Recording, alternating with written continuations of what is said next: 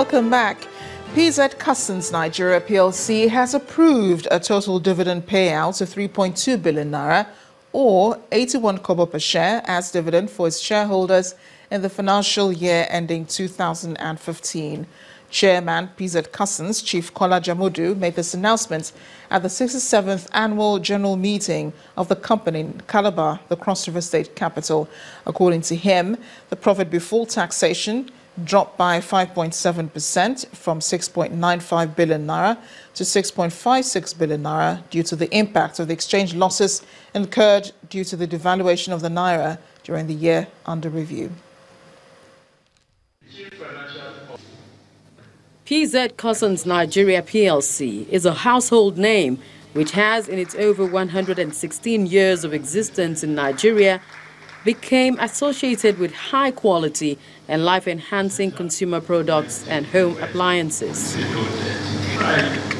At its annual general meeting in Calabar, the Cross River State capital, the chairman of PZ Cussons disclosed that the company declared a final dividend of 2.4 billion naira in addition to 794 million naira interim dividends approved earlier in the year, bringing the total to 3.2 billion naira. We want to grow like we have done in the past with the country. And we have to give the required support and obedience to whatever regulations is put into place in order to correct and bring the economy back to track once again. Given details of the company's performance of shareholders, he added that the turnover grew by 0.3% from 72.9 billion naira to 73.1 billion naira. As every other country, there are times when things are going well and there are times when there are challenges. Our portfolio of products is designed specifically to meet all gammas from of the consumer. There are challenges at the moment. However, my point of view is that this is natural, and the products that we have are specifically providing very good value for money in order for the consumers of all levels to be able to afford. The chief executive officer assured that the company will continue to invest in core brands for optimal growth. PZ Cussons Nigeria PLC says its brands and products remain well positioned to respond quickly to changing consumer demands. Time now for sports news. Here's Charles Aruka.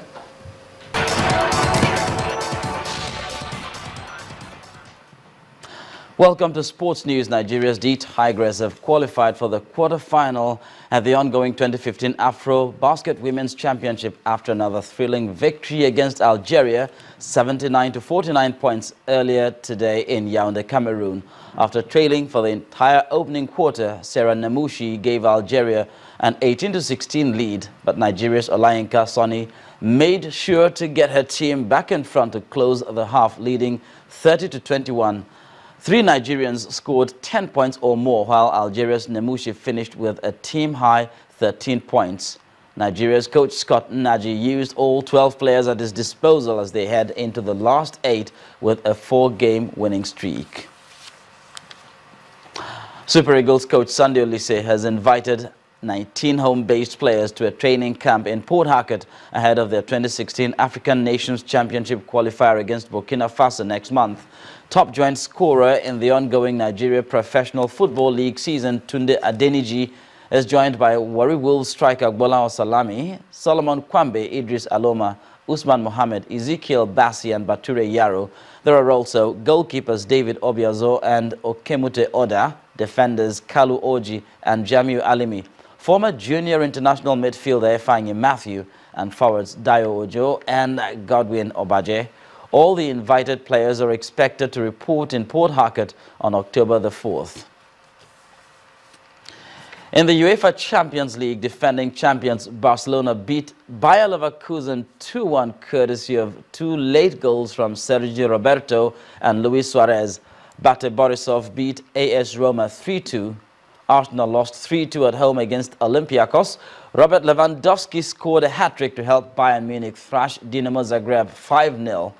Jose Mourinho made a losing return to Portugal, going down 2-1 against FC Porto.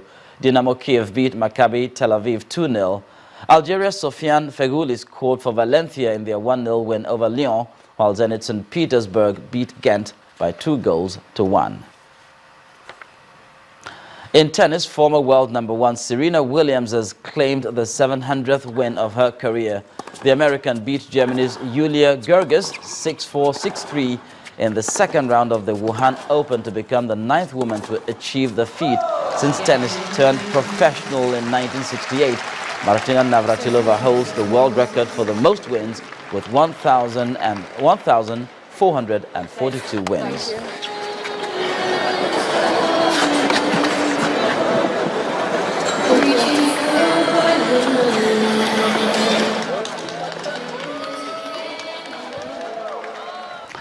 That's it on Sports News. It's back to Amarachi with the rest of the news at 10.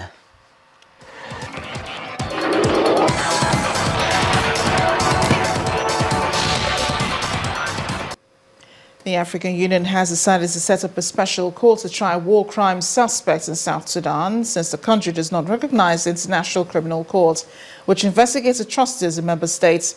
And this move, the AU says, is seen as an attempt to find an African solution to the crisis. Adeshawa Josh has more. Thank you very much. We'll start right here in Africa, where the African Union says a special court will be set up to try war crime suspects in South Sudan, which has been hit by a brutal conflict since 2013. The move is aimed at promoting an African solution to the conflict in the world's youngest state, which became independent in 2011. Elsewhere, the dust is yet to settle over the tragic Saudi stampede that occurred on Thursday in Mina while pilgrims were performing Hajj's last major rite.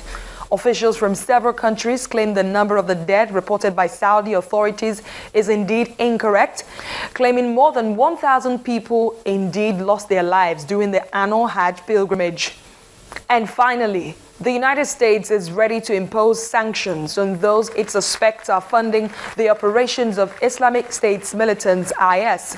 And this move is aimed at cutting off or straining IS's sources of financing. It also named individuals and groups as foreign terrorist fighters, including 4 British and 3 French citizens. The announcement came on the day of a summit hosted by US President Barack Obama about tackling IS on the margins of the UN General Assembly in New York. And that's the foreign news wrap-up. It's back to you, Amarachi. Thanks again, Adeshawa. And the main news again, 84 senators have passed a vote of confidence on the Senate President, Dr. Bukola Saraki, following a motion raised by Senator David Umaru. The upper house says, however, Senate is yet to receive the President's ministerial list. The Speaker of the House of Representatives, Honorable Yakubu Dogara, has cautioned against the Senate President's trial at the Code of Conduct Tribunal. He cautioned that war on corruption must be carried out in a way that will not endanger the country's democracy. And death toll from the Hajj stampede in Mina, Saudi Arabia has hit 1,000. That's the news at 10 tonight. Thanks for watching. I am Amarachi Ubani. Good night.